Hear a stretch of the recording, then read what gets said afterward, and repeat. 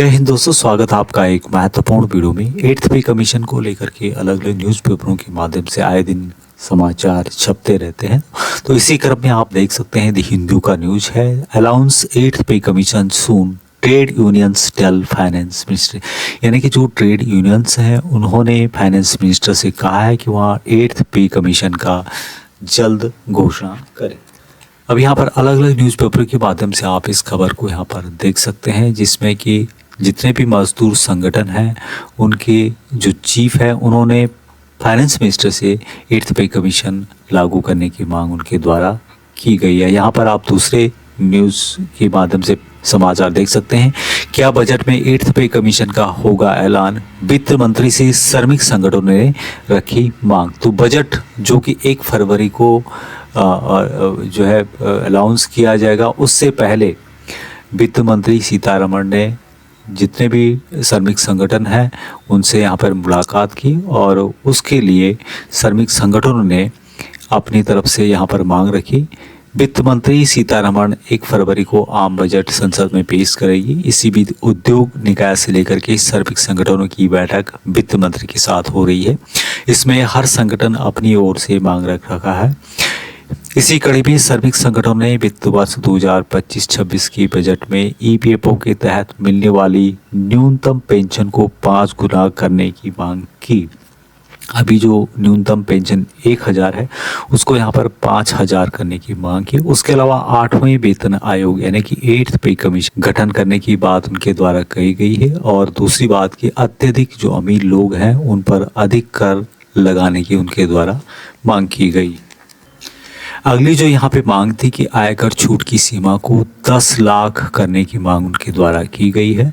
श्रमिक संगठन के नेताओं ने आयकर सीमा को बढ़ा करके 10 लाख रुपए सालाना करने की यहाँ पर मांग की। उसके अलावा उनके द्वारा एक और मांग यहाँ पर इम्पोर्टेंट की गई है, जिसमें कि न्यूनतम पेंशन 1000 रुपये से बढ़ा करके 5000 रुपये करने की मांग उनके द्वारा की गई।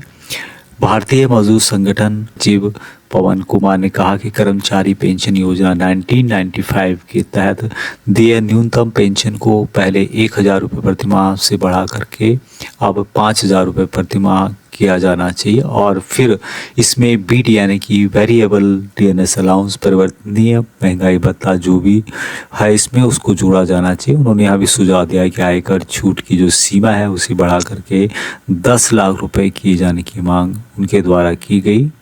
साथ में उन्होंने कहा कि पेंशन में होने वाली आय को कर से मुक्त किया जाना चाहिए। यहाँ पे आप फाइनेंशियल एक्सप्रेस की खबर देख सकते हैं, जिसमें कहा गया कि will FM deliver on 8th pay commission hope for 1.2 crore central government employees oblique pensioners. यानी कि जो फाइनेंस मिनिस्टर है, वित्त मंत्री हैं, वहाँ क्या 8th पे कमीशन की घोषणा करेंगे, जिससे कि 1.2 करोड़ सेंट्रल गवर्नमेंट एम्प्लॉयज और पेंशनर्स को यहाँ पर उम्मीद है और फायदा होगा। अब यहाँ पर द टाइम्स ऑफ इंडिया की न्यूज आप देख सकते हैं, जिसमें कहा गया कि trade union seeks increase in minimum EPFO pension to ₹5000।